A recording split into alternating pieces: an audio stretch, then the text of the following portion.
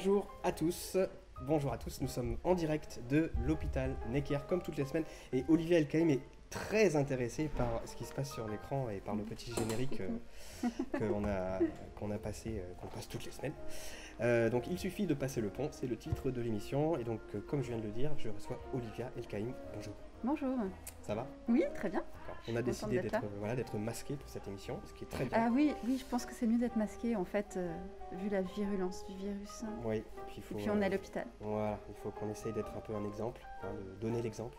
Attends, mais en fait, je vais faire un truc quand même très vite pour les enfants. Vas-y. Je fais comme ça. Voilà, quand même Voilà. Faites une capture d'écran et ça y est, on peut enchaîner. Moi, je vais pas le faire parce que vous connaissez ma trombine depuis le temps. Donc, Olivia, tu m'as dit que tu te fichais totalement de la manière dont on te présentait. Auteur, écrivain, il y en a qui peuvent dire écrivaine, moi je déteste Alors moi, ce mot. de plus en plus, je dis de plus en plus quand même, je dis autrice. Autrice. Parce que je pense que même si c'est pas très joli et qu'on n'y est pas habitué, je pense que la manière dont on nomme les choses crée une réalité. Et le fait que, par exemple, on masculinise les noms, Ouais. et ben en fait ça efface les femmes du champ de l'écriture. Et donc je trouve que féminiser le nom, dire autrice ou écrivaine, et ben ça donne une place aux femmes en fait dans ce champ d'écriture, dans ce champ de création. D'accord. Eh bien alors autrice, c'est parti. Autrice, écrivaine, ça me va. Mais tu n'es pas seulement romancière, tu es aussi journaliste, je pense. Oui. En fait, mon travail, moi, c'est d'écrire. Alors, sous toutes ses formes, enfin, en tout cas, sous deux formes principales, qui est l'écriture de romans et l'écriture d'articles dans un journal qui s'appelle La Vie. Et il m'arrive d'écrire des pièces de théâtre aussi, mais c'est beaucoup plus rare. J'aimerais bien qu'on en parle. Voilà, si tu veux. On peut commencer par ça, peut-être. Par l'écriture de pièces de théâtre. Oui. C'est vraiment pas le truc principal, mais en fait, j'ai écrit 2 courtes pièces qui ont été jouées en 2011, donc il y a presque 10 ans, au théâtre de l'Atelier. Et en fait, ce que j'ai adoré dans l'écriture des pièces, c'était qu'ensuite, les personnages que j'avais imaginés, tout mon texte, en fait, s'incarnait sur scène. Et ça, j'ai trouvé ça vraiment riche et un peu... j'avais l'impression d'être Dieu. Ah oui, à ce point. Ouais, j'ai ce côté-là, moi, dans l'écriture, c'est créer un monde, créer un univers. Est-ce que quand tu écris une pièce de théâtre, enfin, tu me dis que c'est pas le principal, donc j'imagine que tu n'en as pas écrit 300, mais est-ce que quand tu écris une pièce de théâtre, tu imagines déjà un peu la mise en scène ou pas? Alors là, je suis en train d'écrire une pièce. En fait, j'ai écrit un seul en scène autour d'une figure d'une mécène américaine, une mécène des jazzmen noirs américains. Voilà, dans les années 50, une femme incroyable qui a vraiment existé. Donc j'ai écrit un seul en scène que je suis en train de réécrire pour un metteur en scène qui est venu ici, je pense, Christophe Gans. Ouais, voilà, donc j'écris pour lui. D'accord. Et quand j'écrivais le texte, je pensais à une actrice qui a accepté de le jouer quand les théâtres rouvriront.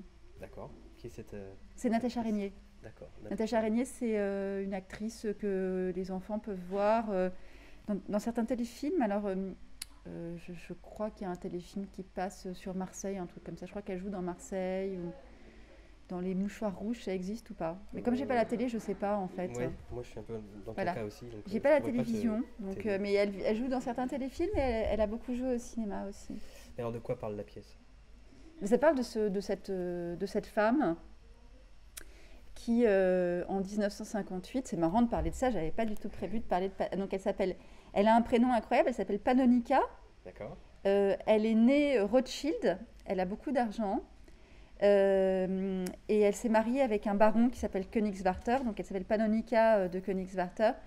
Et en 58, elle va se faire arrêter à New York dans une voiture, sa voiture, une Bentley, avec à côté d'elle, il y a Thelonious Monk, qui est son ami.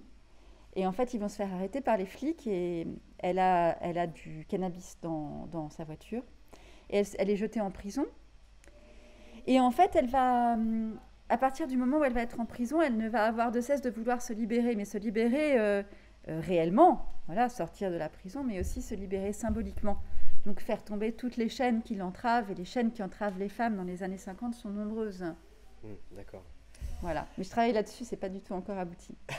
Bon, alors si tu veux, on peut revenir vers disons, le principal de ce que tu fais, parler peut-être de tes romans dans un premier temps. Mais avant de faire ça, j'ai mon petit jeu que ceux qui regardent l'émission toutes les semaines connaissent. C'est le fameux jeu de la minute pour parler de soi. Donc, Et il faut vraiment, c'est vraiment 1 minute, de 0 à 60. Exactement, c'est chronométré. J'ai un chronomètre devant moi. Oh là là, mais je t'ai pas prévenu. C'est 1 minute, montre en main. D'accord. Pour me dire ce que tu veux sur toi. Alors attention, es-tu prête? Je crois. Go. Alors en fait, je voulais juste vous dire qu'il y a un truc que j'adore dans la vie, c'est prendre le train jusqu'en Bretagne, prendre un bateau de la compagnie Océane à Quiberon et pendant 3/4 d'heure naviguer avec ce bateau jusqu'à Belle-Île-en-Mer, qui est un petit peu mon lieu sur Terre et qui est une sorte d'île monde. Et quand je suis là-bas, je suis bien en fait. Je crois que c'est le seul endroit où je suis bien. Pourtant, je vis à Paris, mais c'est pas. Je suis heureuse de vivre à Paris parce que c'est là qu'il y a mon éditeur, qu'il y a mon journal, qu'il y a certains de mes amis. Mais je crois que vraiment, quand je suis bien, c'est quand je vais à Belle-Île et que je suis à Belle-Île et que je vais faire du vélo, me balader au bord de la mer, être dans la lande. Et c'est un endroit où je puise beaucoup de force, beaucoup d'inspiration pour mes romans.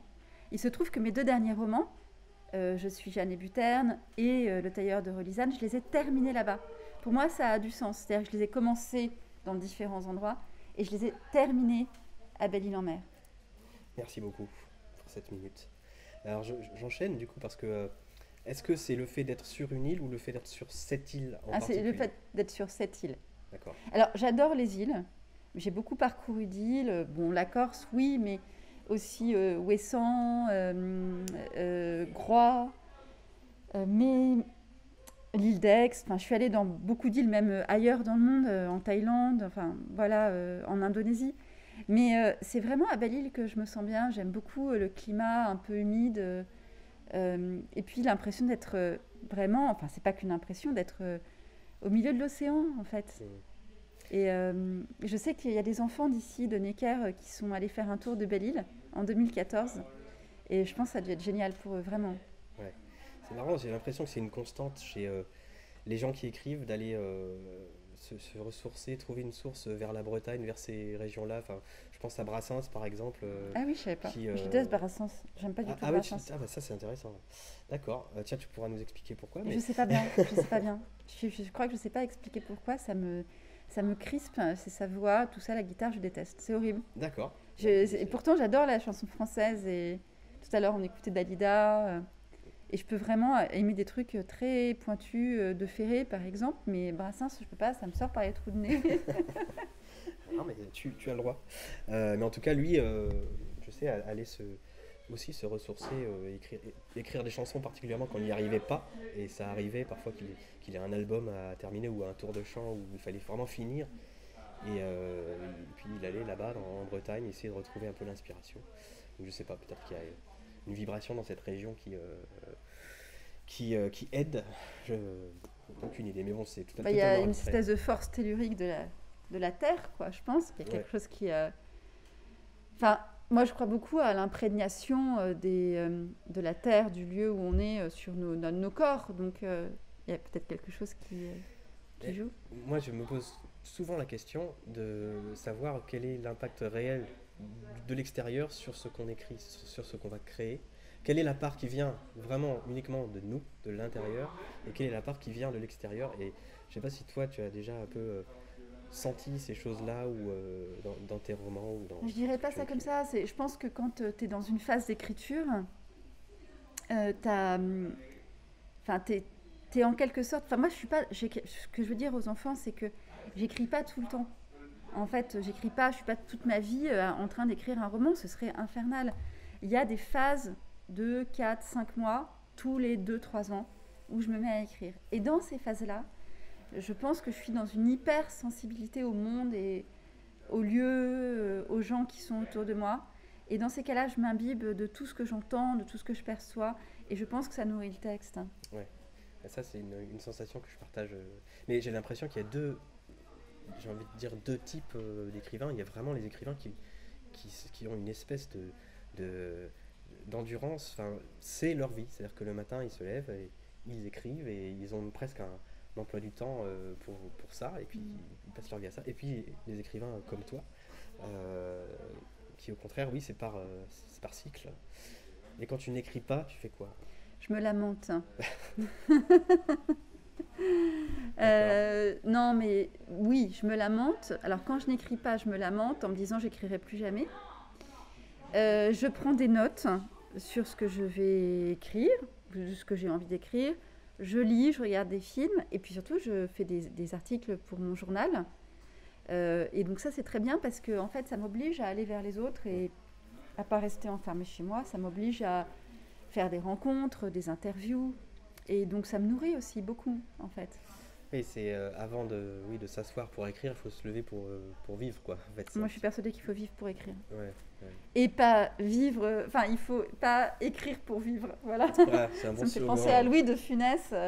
Il faut vivre pour manger. Enfin, pas... Et manger pour vivre et pas vivre pour manger dans Ouais. je sais plus quel film de Louis de Funès. Ouais, c'est vrai qu'il y a un peu ça. Et voilà, je pense qu'il faut... Enfin, l'écriture, ça vient par surcroît, en fait. Mais la vie, avant tout, en fait, c'est le plus important. Même si, enfin voilà, je me définis complètement par l'écriture et mes romans. Oui, parce que j'allais dire, même dans les périodes où tu n'écris pas, il y a quand même des articles, donc c'est aussi Je de suis dans l'écriture. l'écriture. Oui, mais Il y c'est a... pas le même type d'écriture.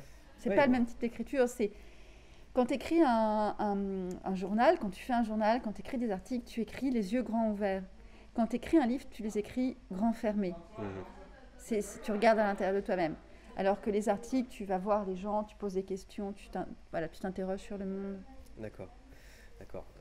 Est-ce que depuis que tu écris, alors je sais pas depuis quand d'ailleurs, tu t'es mis à vraiment écrire des romans, je veux dire, hein, Ouais, autre chose que d'accord. des articles.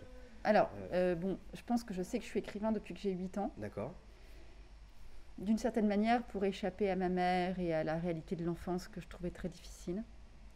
Mais je me suis mise vraiment à écrire à 25-26 ans.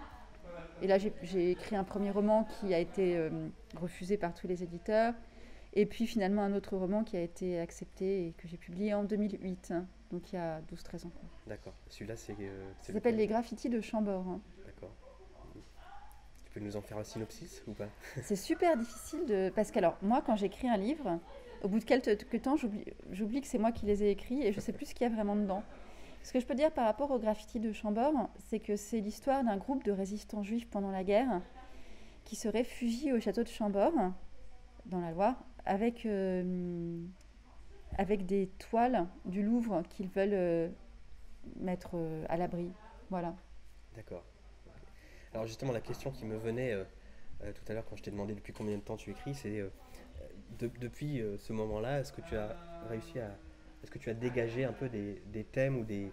enfin, le mot thème, je l'aime pas parce que ça fait très école et didactique, mais des directions ou oui, des atmosphères qui te sont propres et qui te poussent à écrire. Alors, je pense que dans mon œuvre romanesque, alors quand je dis ça, j'ai envie d'éclater de rire parce que ça fait vraiment prétentieux. C'est pas du tout ça en fait. Mais en tout cas, voilà, j'ai publié 6 romans et il y a, à mon avis, 2 grands thèmes qui se dégagent.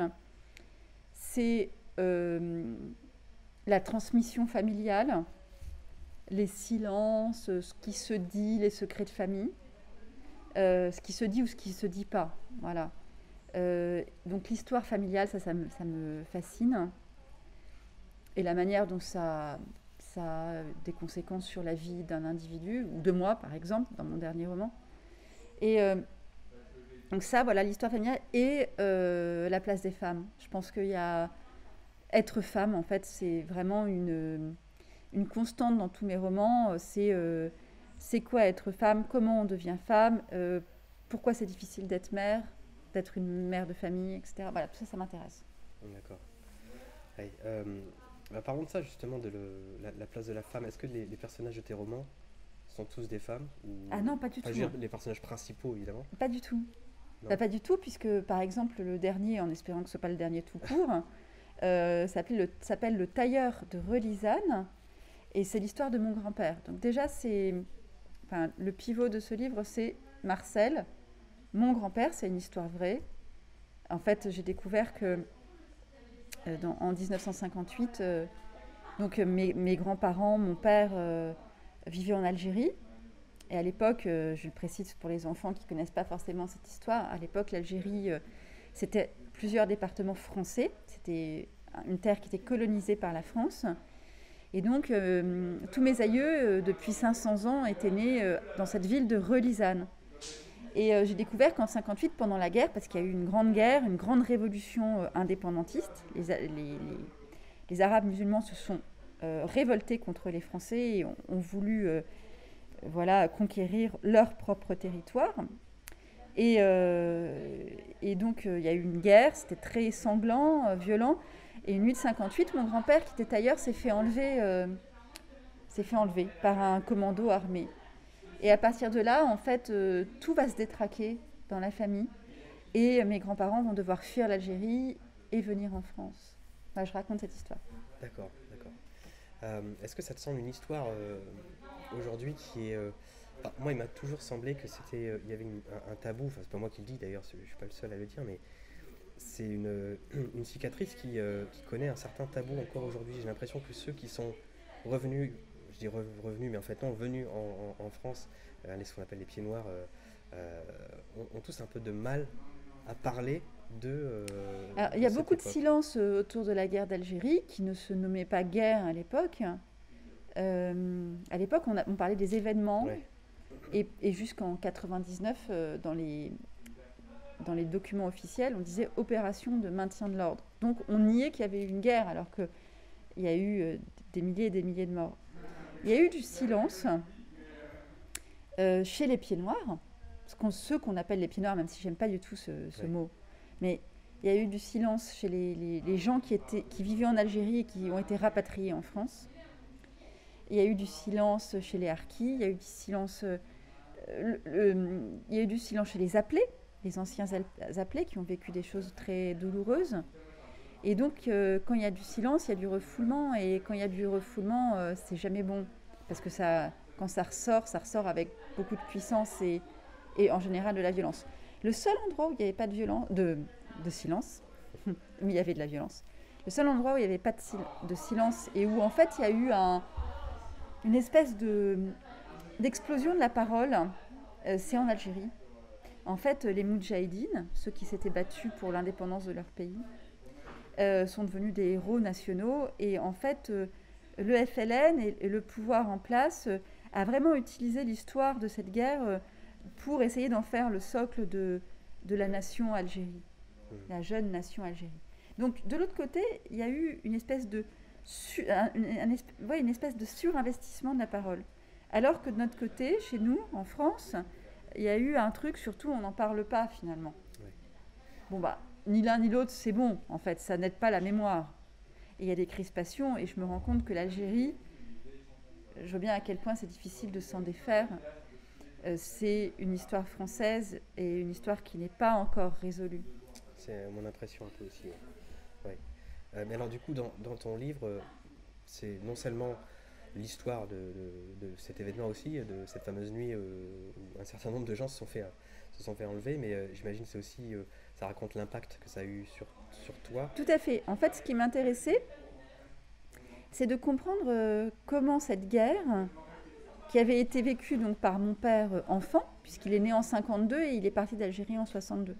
Donc les 10 premières années de sa vie, mon père vit dans la guerre. Donc ça m'intéressait de savoir comment ça avait rejailli sur moi. Et comment l'histoire de mes grands-parents aussi avait rejailli sur moi. Comment j'ai refoulé pendant plusieurs années le fait d'être d'origine algérienne, de ne pas oser le dire. Pourquoi je ne disais pas que j'étais d'origine algérienne alors que toute ma famille était née en Algérie. Ça m'a beaucoup interrogée en fait. Et tu as réussi à trouver quelques réponses ou... Ah oui, c'est dans le livre. D'accord, on ne va pas les dire. Non, non. Mais c'est un livre que peuvent lire les enfants à partir de... À mon avis, à partir de 15 ans, tu vois. À partir de 15 ans, c'est un livre... Bon, avant, c'est un peu difficile, c'est de la littérature pour adultes quand même. Ouais. Enfin, pour plus grands que les jeunes enfants. Ouais, ça c'est sûr. Ouais, ayant moi aussi une mère qui est née en Algérie, c'est aussi du vécu quand je te dis que j'ai l'impression qu'on n'en parle pas beaucoup. Et récemment, la langue s'est un peu déliée quand même. Mais pendant très longtemps, en fait, on ne savait pas trop ce que c'était que de vivre là-bas, que de grandir là-bas. Mhm. Et quand je suis moi-même allé en Algérie pour faire quelques concerts là-bas, c'était un moment assez fort pour moi, parce que j'ai finalement vu la ville natale de ma mère, C'est où? à Oran, D'accord. où elle n'est jamais revenue, retournée. Et c'est la notion de perte de racines qui est. Je pense que c'est un peu ça aussi la cause du silence, c'est la perte des racines. Bah, oui, c'est quand même très violent de laisser sa maison, laisser son pays, laisser sa ville, Ouais. ses amis. C'est un gros traumatisme. Moi, j'ai voulu aller en Algérie et on m'a refusé le visa, en fait. Tu sais pour quelle raison? Bah, je pense que parce que j'étais journaliste et que les autorités consulaires sont assez frileuses dès qu'il s'agit de recevoir des journalistes. Je pense qu'il y a quelque chose comme ça. Ah, d'accord. On m'a pas expliqué, c'est pas raisonnable en fait. Voilà, c'est Ouais. pas raisonnable. Les intellectuels ne sont pas bien accueillis. Voilà. D'accord. Et j'ai pas pu y aller, ce qui a été vraiment une blessure pour moi. Ouais, faudra réessayer. Peut-être, ouais. Enfin, en ce moment, c'est avec le Covid, Ouais. tout ça, c'est Bon, compliqué là, de oui. voyager. En ce moment, non, mais oui, un jour quand même. Est-ce qu'on peut parler de la différence que tu vois entre l'écriture journalistique et l'écriture romancière? Est-ce qu'il y a des points communs? Est-ce qu'il y a des zones où tu sens que c'est un petit peu le même métier? Tu nous as parlé déjà de voilà, écrire les yeux ouverts ou Ouais, les yeux mais fermés. pendant longtemps, tu vois, pour moi, c'était deux univers différents. Pendant longtemps, pour moi, voilà, il y avait mon travail au journal et mon travail d'écriture romanesque. Et c'était deux écritures différentes. Euh, et puis, en fait, les choses s'entremêlent. Je vois bien que, par exemple, pour le journal La Vie, je fais de plus en plus d'articles très longs, d'articles très écrits. Par exemple, et c'est pour ça que je suis contente d'être ici, je suis habituée à aller dans des hôpitaux pour faire des reportages, aller voir des gens malades, aller voir, par exemple, j'ai fait un long reportage qui m'a beaucoup marqué dans un service de soins palliatifs, ou avec des personnes qui sont lourdement handicapées. Et en fait, je vois que tu touches un bouton, je me dis, ça se trouve, Non, ça non, n'enregistre t'inquiète pas pas, depuis le début. ça n'a rien à voir. Donc voilà, bon, et quand je vais voilà, quand je fais ces reportages, après, j'écris de longs récits. Et je pense que je mets de plus en plus, d'une certaine manière, de dramaturgie, de romanesque dans mes articles. Et puis, pour les romans, surtout Le Tailleur de Rolisane, tu vois, j'ai beaucoup interrogé mon père, des oncles, de la famille. Ce qui m'a... du coup, j'ai eu une technique, je me suis imposé une technique un peu journalistique pour raconter, avoir des informations pour raconter cette histoire-là. D'accord. Donc en fait, c'est assez entremêlé maintenant. Oui, j'ai l'impression que c'est technique journalistique pour tout ce qui est engrangement d'infos et puis Ouais. technique de romancière pour ce Oui. qui est De l'écrit, ouais. de l'écriture. Ouais. Bon, après, on n'écrit pas un article comme on écrit un livre. Déjà l'article, bon, c'est beaucoup plus court. Et puis, mais bon, je sais pas, tu vas dans un article, il n'y a pas de rebondissement, c'est pas la même technique. Quand les gens ouvrent un journal, ils ont envie d'avoir de l'information, il faut donner toute l'information. Bien sûr. Dans un roman, il y a une tendance à retenir. Enfin, je sais que ce qui peut être intéressant parfois, c'est de retenir une certaine information et la donner plus tard, tu vois. Donc, c'est pas les mêmes. Et puis, je sais pas, je te disais tout à l'heure, tu vois, j'écris mes articles les yeux ouverts et j'écris mes romans les yeux fermés parce que je pense que les romans nécessitent que je puisse plus en moi les sentiments. Puis je crée simplement, dans le roman, je crée des personnages, donc je suis obligée d'aller chercher assez loin leur densité, tu vois. Ouais. Alors, tu nous as amené des petits textes. Oui, parce qu'en fait, tu m'as demandé de lire un texte que j'aurais écrit, mais en ce moment, j'arrive pas du tout à écrire. Mais voilà. moi, je trouve ça très bien aussi que tu nous lises des textes choisis et ça nous informera un petit peu, ça nous instruira un peu sur aussi tes goûts littéraires. Moi, je pense que c'est très important ça. Je préfère en général à un écrivain ou une autrice ou une écrivaine, je préfère parler de ce qu'il ou elle lit et ce qu'elle aime, ce qu'il aime, plus encore que ce qu'il ou elle écrit. C'est pas Mais que tu as raison dans le sens où je pense que... Enfin, en tout cas, moi, j'ai l'impression d'écrire des romans que j'ai envie de lire. Hein. En fait, je sais exactement ce que j'aime lire.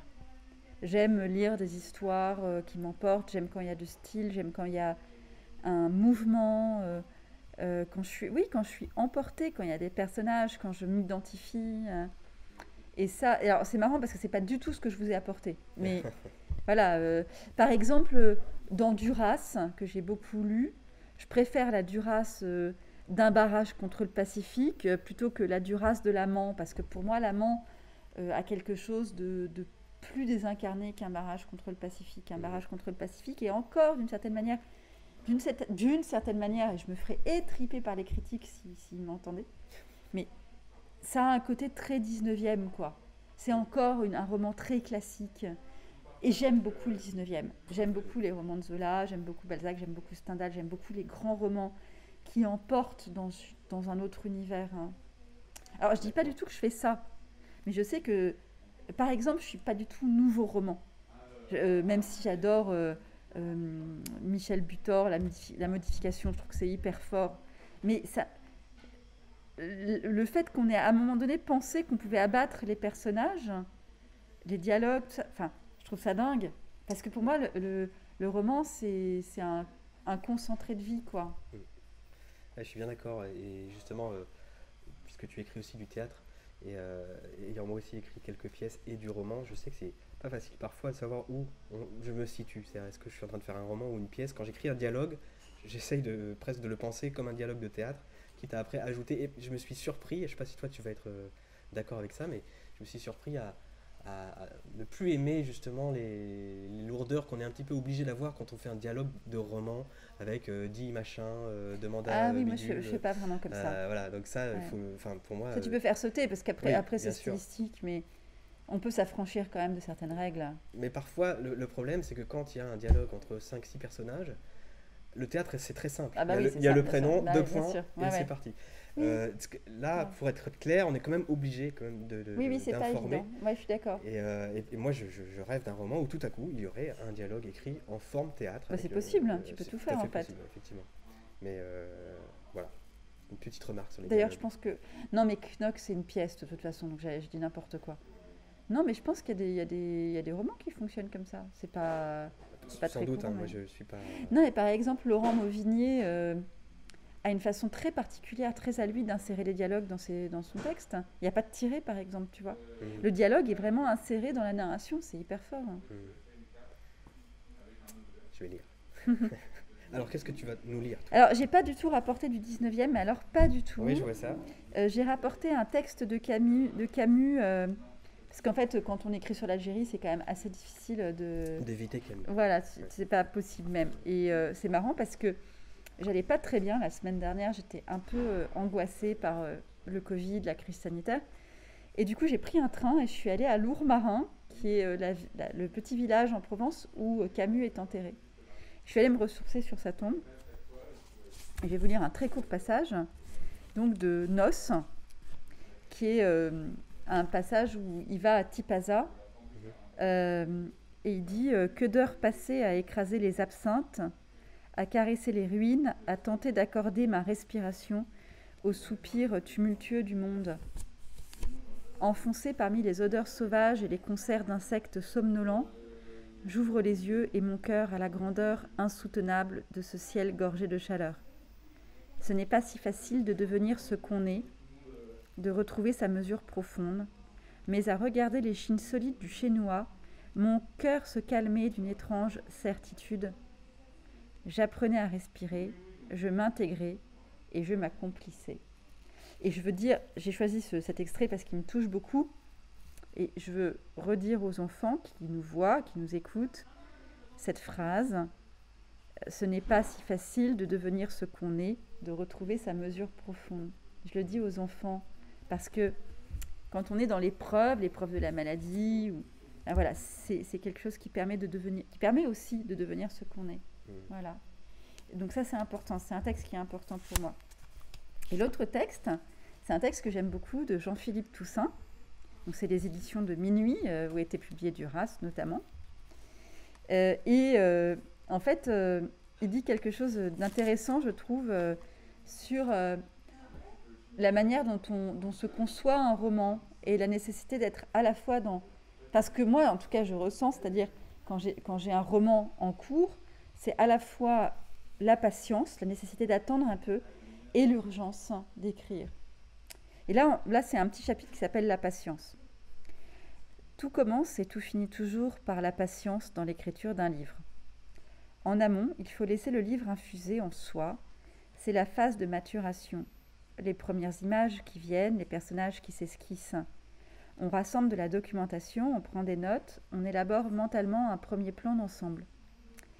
Cette phase de préparation poussée à l'extrême, le danger serait de ne jamais commencer le roman. Le syndrome de Barthes en quelque sorte. Comme le narrateur de la télévision qui, par scrupule exagéré et souci d'exigence perfectionniste, se contente de se disposer en permanence à écrire sans jamais céder à la paresse de s'y mettre. Car s'il est essentiel de retenir longtemps un texte, il est quand même indispensable de le lâcher un jour. En aval, dès qu'une page est terminée, on l'imprime et on la relit. On l'amende, on la rature, on trace des flèches à travers le texte, on corrige, on ajoute quelques phrases à la main, on vérifie un mot, on reformule une tournure. Puis, on réimprime la page et on recommence, on recorrige, on vérifie encore, puis on réimprime et on relit, et ainsi de suite à l'infini, traquant les fautes et débusquant les scories jusqu'à l'ultime échenillage des épreuves. J'adore ce texte parce que c'est exactement ça. Est-ce que c'est pas dangereux d'écrire un texte sur comment on écrit un texte? Moi, je pense que on en passe toujours par là. Parce que d'une certaine manière, dans le Tailleur de Rolisane, par exemple, le lecteur me voit à l'ouvrage.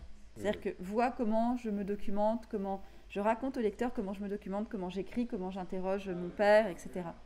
Il y a toujours un moment donné, je trouve, pas dans un texte, mais il y a toujours un texte, à mon avis, qui parle de l'écriture quand on écrit. Je crois beaucoup ça. Oui, d'accord. Parce que le sujet est passionnant pour soi-même, c'est vrai, mais j'utilisais le mot dangereux parce que parfois je me dis qu'à trop connaître sa méthode, ses petites bottes secrètes, ses recettes, on finit par ne plus trop parvenir à les mettre en pratique. Tu crois? C'est une question que je me pose. C'est à trop se connaître, on finit par s'observer à chaque ligne, à se dire ah oui, mais d'accord, je vais encore faire cette tournure de phrase. Ah bon? Je l'ai fait mille fois. Je crois pas. Je crois que c'est. Enfin, je sais pas, peut-être. Ça me fait pas ça. Ouais. Non, moi je trouve que c'est très intéressant de questionner sa pratique et d'en avoir complètement et pleinement conscience. Ouais, c'est vrai. Mais alors. Donc, tu dois pas être très adepte de la psychanalyse, toi. Pas énormément, c'est vrai. C'est vrai. Non, c'est vrai. Mais en tout cas, indépendamment de ça, je suis en revanche persuadé que un livre s'écrit à partir d'un autre et que on est. Ah oui, ça, moi j'en suis persuadée on aussi. est complètement, imbibé de tout ce qu'on a lu. Oui, bien sûr. Et imbibé de ce qu'on est en train de lire, en fait, aussi, de ce qu'on a lu, ce qu'on vient de lire. Oui, bien sûr. Parce qu'un livre qu'on lit, il se met un peu à exister en nous, quoi. Et c'est pas juste. Comment dire, ça ne s'arrête pas au moment où on referme le livre. À partir du moment où on l'a lu. C'est ça qui est fort. Quand c'est un bon livre, voilà. Ça reste, bien sûr. C'est ça. C'est que ça pendant les semaines qui viennent, il continue à avoir bien sa petite vie à l'intérieur. Oui, tout à fait. Et c'est vrai que si on se met à écrire à ce moment-là, ça ne veut pas dire qu'on va faire la même chose, mais ça va de toute façon, j'ai l'impression, colorer. Ah, mais moi je lis en même temps que j'écris. Je ne cesse jamais de lire, sauf. Là, ça a été un peu inquiétant. J'ai cessé de lire pendant le premier confinement, mais complètement. J'étais tellement estomaquée par ce qui se passait que je n'arrivais plus à me projeter dans un autre univers. Qu'est-ce qui a fait que tu as repris alors La passion.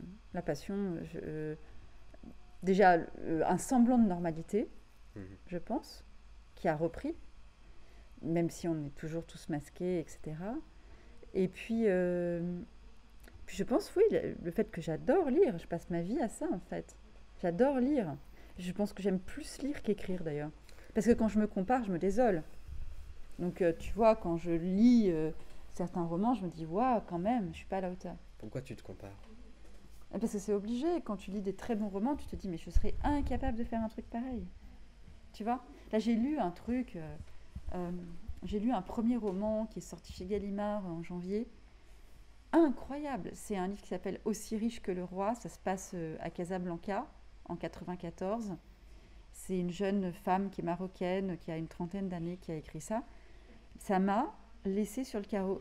J'ai pris un tel plaisir à lire. L'écriture était magnétique. J'arrivais plus à lâcher le texte. Et ça m'a, mais j'arrive plus à lire d'ailleurs depuis. Tellement j'ai adoré ce texte et pour l'instant ça surplombe tout le reste. D'accord. Et j'aimerais savoir où est-ce que tu places le style quand tu lis un livre? C'est-à-dire que quel est en proportion euh, entre ce qui se passe dans le roman, les péripéties, l'histoire, les personnages, et le style juste en lui-même? Ouais, mais ça c'est un truc. Alors pour moi c'est indéfinissable. Je sais d'emblée si ça va me plaire ou pas, si c'est fabriqué, si c'est fabriqué ça va pas me plaire. Il faut qu'il y ait quelque chose de naturel, mais le style c'est quelque chose qu'il est impossible pour moi de définir. Je sais que c'est bien ou que c'est pas bien, si ça sonne faux, si tu vois. Mhm. Et je sais pas enfin, pour moi c'est important, mais enfin, ça n'écrase pas tout le reste. Pour moi, il faut qu'il y ait une histoire, il faut qu'il y ait des personnages, il faut qu'il y ait du suspense, etc. D'accord. Ouais. Et est-ce que là tu as des projets un peu d'écriture ou pas du Oh. tout, du tout, du tout? Non, je suis dans ma phase terrifiée à me dire que j'écrirai plus jamais et en même temps à avoir une grosse pression, une très grosse pression parce que mon dernier roman, donc Le Tailleur de Relisane, a eu un beau succès, un gros succès commercial et critique. Et du coup, je sais qu'il y a des gens qui attendent. Et ça me fait super peur en fait. Ouais, c'est toujours le livre d'après. Le livre d'après, mais ouais, mais c'est ça. Et ça me fait flipper, j'en ai mal au ventre. Ouais, d'accord. Voilà, mais bon, après, il y a un truc que j'apprends en devenant vieille. Mais c'est vrai, parce que j'ai 45 ans, tu vois, quand même. En vieillissant et en étant confrontée aux épreuves de la vie, comme tout le monde, il y a un truc que j'apprends quand on écrit, c'est qu'il faut être au plus proche de soi. Ça ne veut pas dire parler de soi. Ça ne veut pas forcément dire faire un livre autobiographique, même si je pense que le prochain sera aussi autobiographique. Mais ce que je pense, c'est qu'il faut être le plus sincère possible, le plus proche de soi. Et ça ne veut pas dire que ça va marcher, mais en tout cas, voilà, il ne faut pas que ce soit fabriqué, quoi. Ouais. Mais tu sais, justement, je vais reparler d'un chanteur que tu n'aimes pas, Brassens, Ah. mais pas seulement lui, Brel et Ferré, justement. Non, mais alors oui, parce qu'il y a la grande photo autour Voilà, d'une la table fameuse où ils se photo, rencontrent. Ouais. Et justement, il n'y a pas très longtemps, j'ai réécouté l'enregistrement de cette conversation. Et, euh, et à un moment donné, ils parlent de ça. Ils disent tous qu'à chaque fois qu'ils se remettent à écrire une chanson, ils ne savent plus. Ils se demandent s'ils savent encore Ah, en mais faire. voilà, mais moi c'est pareil. Je ne sais pas si je vais Ouais. savoir encore, tu vois. Donc même eux se posaient cette question.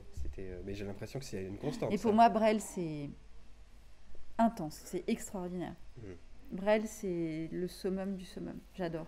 Parce que là, on voit bien qu'il est traversé. Si on regarde des enregistrements de Brel sur scène, il est mais habité par ce qu'il fait. C'est extraordinaire, quoi. On a l'impression qu'il est traversé par le texte. C'est un interprète. De fou, Ouais. vraiment. Mais justement, comme tu dis, il est traversé, mais il est dans l'instant présent tout le temps, quoi. C'est-à-dire qu'on a C'est ça qui est l'impression beau, quoi, quand même. Oui, Il est dans une espèce, en fait, d'état d'hypnose quand il chante. c'est ça. Il est... voilà, ouais, c'est ça. Et ça, d'ailleurs, quand j'écris et quand je suis bien, c'est dans un texte, je pense que je me mets dans un état un peu d'hypnose. Un peu, je suis plus moi, quoi. Mais je peux comprendre finalement que il ne parlait jamais pendant ses tours de chant, ses concerts. C'est-à-dire qu'un concert de Brel, il entrait, il chantait toutes ses chansons, il n'y avait pas de bonsoir, Ah oui. mesdames, messieurs, non. Et Après, il y a des grands chanteurs qui parlent sur bien scène. sûr, Moi, non, mais j'adore ça. ce Hein. que je peux comprendre dans l'état où il se mettait quand Ouais, il c'est ça. chantait, je pense Mais que... il était il avait beaucoup le trac aussi, hein, je crois. Ouais, mais je crois que c'est un peu l'intensité de l'interprétation qui fait que c'est compliqué d'en sortir et puis tout à coup de dire aux gens bonsoir et comment allez-vous. Oui, par exemple, M, Mathieu Chédid, moi je l'ai vu des quantités de fois sur scène et il est mais ultra habité et en même temps il communique à fond avec le Ouais. public. Donc je pense que c'est un état de transe qui est très différent, c'est tout. Ouais. Après, ça dépend beaucoup des personnalités, tu vois. Entre Brel et Ferré, tu aurais une préférence ou pas? Mon problème avec Ferré, même si j'adore Ferré, hein. Vraiment j'adore Ferré, il y a des chansons que je connais par cœur, La mémoire et la mer, Les étrangers, tout ça, c'est que si t'es pas en forme, ça te met dedans quand même. Ah non mais vraiment Ferré, c'est dur pour ça, c'est que ça peut te mettre vraiment dans le bad, comme disent les jeunes. Ouais. Et Brel, pas du tout, ça me fait pas ça. Brel, ça m'entraîne, quoi. Hmm. Alors que c'est quand même relativement sombre aussi. C'est sombre, mais ça me fout la pêche. Hein. Mathilde est revenue, par exemple. Mathilde, la chanson, je l'adore. Tout son opéra autour de Don Quichotte, c'est quand même extraordinaire. Il y a ça qui est tombé, tu vois. Ah, voilà, le micro est tombé. Voilà, tout l'opéra. On est dans un studio complètement artisanal. Ouais, c'est pas mal, on est bien là. On a envie de rester d'ailleurs. En tout cas, on s'approche quand même gentiment de la fin parce que. Oui, parce qu'alors faut que j'explique aux enfants. Non, c'est pas ça. J'ai pas envie de vous quitter. J'ai pas envie de quitter les enfants. C'est juste que, en fait, je donne un cours après pour lequel je suis engagée depuis longtemps, mais je voulais venir vous voir quand même. Voilà, je voulais venir vous voir et pas ni annuler évidemment ni repousser. Et donc voilà, il va falloir que je sorte de l'hôpital, que je prenne mon vélo. Et que je rentre chez moi, allumer mon ordinateur et donner ce cours par Zoom, parce que maintenant... Maintenant c'est comme ça que ça se passe. Voilà. D'accord. En tout cas, vraiment un grand merci d'être venu et d'avoir pris ce temps, malgré... Mais ça m'a fait plaisir. Moi aussi, et je pense que toute l'équipe de Plein Ciel aussi, que je remercie encore une fois. Ils sont tous là derrière leur hublot. Mais j'espère surtout que le service Plein Ciel, enfin que cet endroit va pouvoir rouvrir pour les enfants. Et que vous pourrez vite revenir prendre des livres et bavarder c'est vrai que là, et sortir de vos chambres. Mais là, pour l'instant, il faut être sérieux, il faut faire attention parce que le virus circule encore beaucoup. Exactement. En tout cas, moi, je vais vous retrouver la semaine prochaine. Donc, je rappelle que l'émission est organisée, sponsorisée par l'association Celui qui souffle, qui s'occupe de procurer des petits moments d'évasion aux enfants. En invitant des artistes de tous horizons c'est super pour discuter et de façon un petit peu conviviale, voilà, et en espérant que, comme tu l'as dit, un jour proche, ils pourront être là avec nous. Oui, dans quelques mois, je suis sûre que ce sera possible. Poser des questions et interagir, ça sera... Mais je reviendrai. Alors oui, voilà, on va prendre un engagement et je le ferai. Allons-y. Quand l'espace culturel ici rouvrira, eh bien, on organisera quelque chose où je viendrai répondre à vos questions et on sera de visu. Eh bien, attention, c'est filmé. En vrai. Voilà. Mais je tiens mes engagements toujours, surtout ça. Eh bien, en tout cas, merci beaucoup à toi. Et puis, à très bientôt. À bientôt, alors. Et à la semaine prochaine pour les enfants de l'hôpital. Bye bye. Bye.